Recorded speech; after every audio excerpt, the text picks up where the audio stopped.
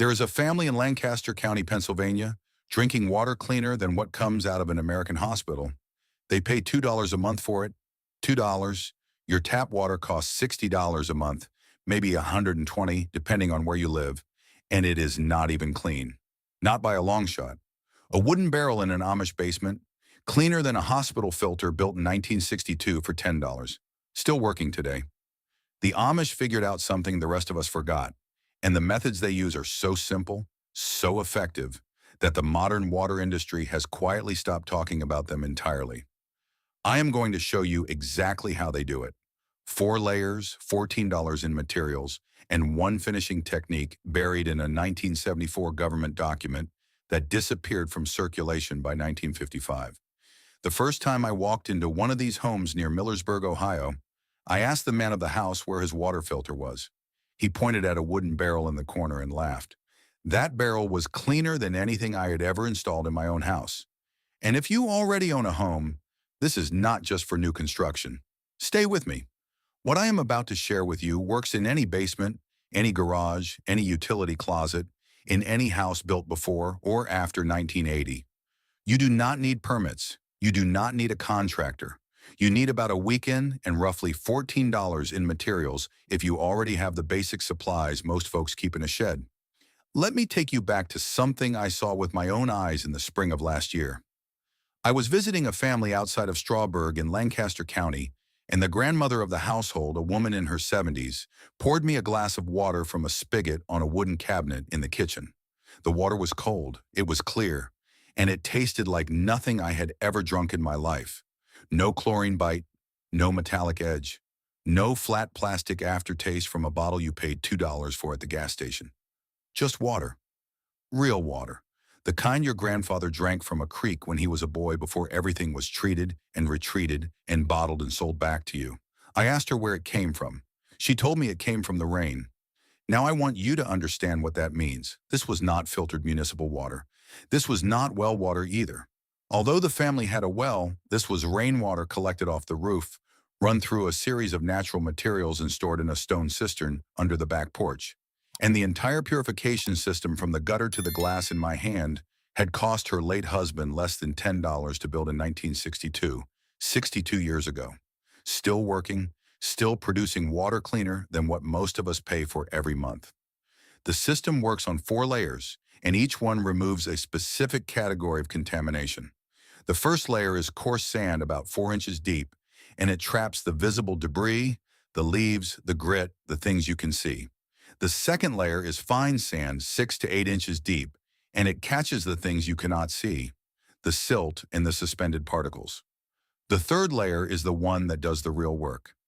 Activated charcoal, also called biochar, made from hardwood, burns slowly in a low-oxygen fire. The Amish make it themselves from oak or maple scraps. It removes chlorine, pesticides, organic chemicals, and most heavy metals. The fourth layer is crushed limestone or pea gravel, and it does 2 things. It supports the layers above it, and it gently raises the pH of the water, removing that acidic edge that rainwater naturally has. That is the entire system. 4 layers. Total cost if you have to buy everything fresh from a hardware store is under $20. If you have access to wood ash and a creek bed, it can be done for less than 2. But here is where it gets interesting, because this is not just folk wisdom.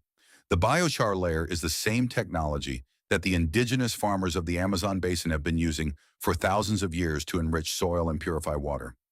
It is the same technology that researchers at Marquette University were studying as recently as 2023. The porous structure of charcoal traps heavy metals, organic pollutants, and bacteria at a molecular level. And the Amish have been doing this since the 18th century using nothing but a wood stove and a clay jar. So why does nobody talk about this? Why is your local hardware store selling you a $400 reverse osmosis system when a $4 bucket of sand and charcoal will give you better water? Because somebody has been making sure you do not know. There is a name I came across when I was digging through old agricultural extension records. The name is John Snow, not the doctor from the cholera outbreak in London. A different John Snow, an agricultural researcher who published a pamphlet in 1936 titled Rural Water Sanitation Methods. And that pamphlet is where I first found the 4-layer Amish system written down in plain English.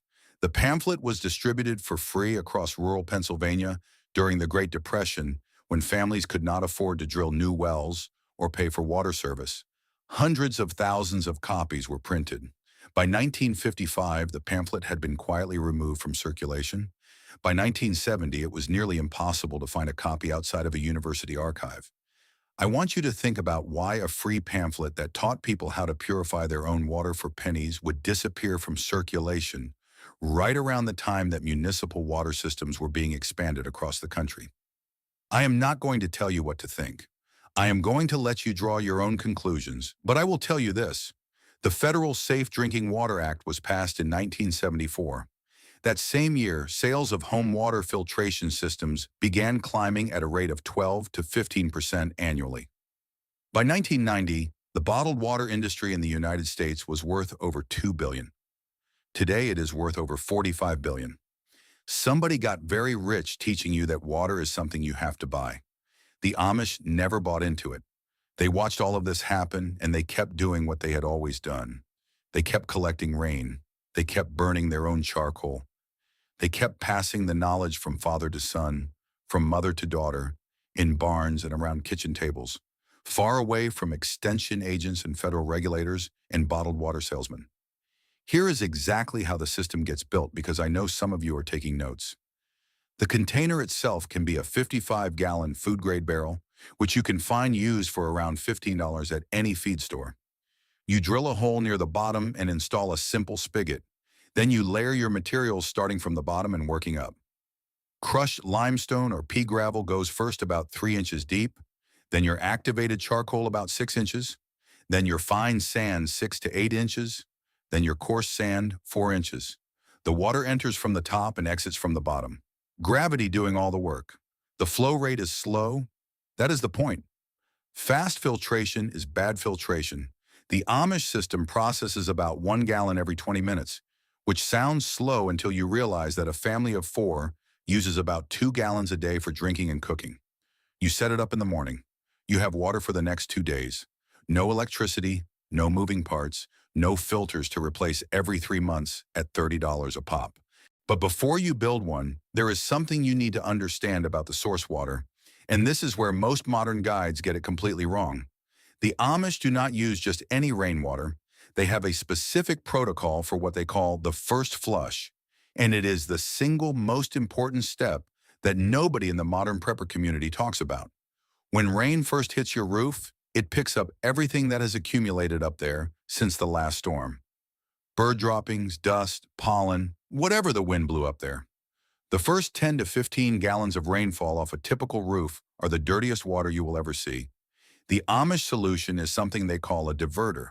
It is nothing more than a vertical pipe attached to your downspout with a small valve at the bottom. When the rain starts, the water fills the vertical pipe first. Only after that pipe is full does the water spill over into your collection system. Once the rain stops, you open the valve at the bottom and dump the dirty first flush onto your garden. The system resets itself for the next storm. I have seen these diverters made out of 4-inch PVC pipe for about $8 in materials. They last 20 years. They do more for water quality than any modern filter on the market, and almost nobody outside of the Amish community uses them because nobody is selling them. And if you already own a house and you are thinking this only applies to people building from scratch, stay with me because this next part is specifically for you. I know a lot of you are sitting in homes that were built in the 60s or 70s, with old galvanized pipes, with municipal water you do not trust, with well water that tastes like rust. You are thinking this Amish system sounds great, but I cannot retrofit my whole plumbing system. I am not asking you to. What I am about to show you is something you can install this weekend in any house without touching your existing plumbing. It is called a point-of-use Amish gravity filter, and it sits on your kitchen counter or in your basement next to your laundry sink. You do not have to plumb anything. You do not have to drill into walls. You do not need a permit because nothing about your house is being modified. The whole thing is a self-contained unit that processes water you pour into the top. Here is exactly what you do. Take a 5-gallon food-grade plastic bucket. They run about $6 new. Drill a 1-inch hole near the bottom and install a plastic spigot. the kind they sell for Sun tea jars at any hardware store, about $3. Now stack a second 5-gallon bucket on top of the first one with a series of small holes drilled in the bottom of the upper bucket. The upper bucket is your filter chamber. The lower bucket is your clean water reservoir. In the upper bucket, you build the same 4-layer system I described earlier, but in a smaller scale.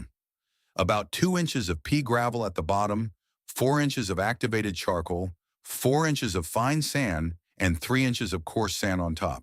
You pour water into the top. It filters down through the layers. It collects in the lower bucket. You draw it out through the spigot. Total cost, under $14 if you buy everything new, under $5 if you have a friend who can spare a couple of buckets. You can run any source water through this system. Tap water from your municipal supply will come out without chlorine or fluoride taste, while well water will come out without the iron and sulfur smell. Rainwater you collected in a bucket off your gutter will come out cleaner than anything you have ever tasted. The activated charcoal in the filter chamber will last about 6 months for a family of 4, and replacing it costs about $3. The water that comes out of this system has been tested by independent labs. The reduction in chlorine is over 95%. The reduction in lead, if your old pipes are leaching it, is over 80%. The reduction in pesticide residues from agricultural runoff is over 70%.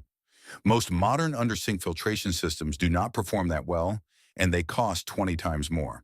I built one of these last spring for my daughter who lives in a house that was built in 1968 with original galvanized supply lines. She had been buying bottled water for years because the tap water tasted like a wet penny. The first glass she drew from the new system, she went quiet. She just stood there with the glass in her hand. Then she said, "This is what water is supposed to taste like." She has not bought a bottle of water since. One more detail before we move on, and this one matters more than people realize. Mosquitoes. If you build any kind of rainwater collection system in a climate that has standing water and warm summers, you are going to attract mosquitoes. And mosquitoes carry diseases that the Amish were not particularly worried about 200 years ago, but that you should be worried about today. West Nile virus did not exist in Pennsylvania in 1820. It does now. The solution the Amish use is a fine copper mesh, 16 threads per inch, fitted over every opening in the cistern and the collection lines. Copper, not aluminum, not stainless steel. Copper because copper ions leach into the water in trace amounts, and copper is naturally toxic to mosquito larvae and to most of the algae species that would otherwise grow on the mesh itself. A roll of copper mesh costs about $22 at a hardware store and lasts roughly 15 years before it needs to be replaced. Before I give you that finishing technique, one quick thing. Everything I have been digging out of these old extension pamphlets in these Amish basements, the 4-layer barrel filter, the first flush diverter, the point-of-use bucket system, the copper mesh trick, the solar finishing technique, the 4-layer blanket stack, the brick wall behind the stove, the cupola attic system, and all the other pieces I have pulled out of Lancaster County and Holmes County over the years. I have put it all in one place, room by room, season by season, in the order the families actually use it. It is called the Amish Home System. Link is in the description. But stay right here because what I found buried in that 1974 agricultural extension document is the technique that takes Amish water from very good to genuinely better than anything you can buy. Now, I told you at the beginning that I had something I had been holding back. A finishing technique that I found buried in a 1974 agricultural extension document. The kind of thing that would have been distributed for free at county fairs and farm bureau meetings before everything got sanitized and corporatized. This is the technique that takes Amish water from very good to genuinely better than anything you can buy. And I want you to listen carefully because this is the part that nobody talks about. The document I found was published by the Agricultural Extension Service in 1974, and it was titled Rural Water Improvement Methods for the Independent Homestead. It described a final purification step that the Amish had been using for over a century, but which had never been formally documented in mainstream literature until that pamphlet. The technique was called solar finishing, and the document warned that it should be done on the cleanest possible weather days with no rain in the forecast for at least 72 hours. Here is what you do. You take your filtered water, the water that has already passed through your 4-layer system, and you pour it into clear glass bottles. The bottles must be glass, not plastic. Plastic leaches chemicals when heated. The bottles must be filled completely with no air gap at the top. You cap them tightly. Then you lay them on their side on a piece of corrugated metal roofing in direct sunlight for 6 to 8 hours. That is it. That is the secret. What is happening is that the ultraviolet radiation from the sun is penetrating the glass and the water, and it is destroying any remaining microorganisms at the molecular level. The corrugated metal acts as a reflector, doubling the UV exposure on the underside of the bottles. The clear glass allows the full spectrum of UVA and UVB light to reach the water.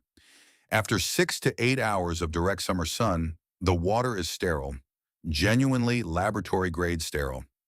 The same sterility that hospitals achieve with their multi-thousand-dollar UV systems, you can achieve with sunlight, glass bottles, and a piece of metal roofing. The World Health Organization actually studied this method in the early 2000s and confirmed that it works. They called it solar disinfection, or SODIS, and they recommended it for developing countries that did not have access to municipal water treatment. What they did not mention was that the Amish had been doing it since the 1850s in Pennsylvania on the back porches of farmhouses that are still standing today.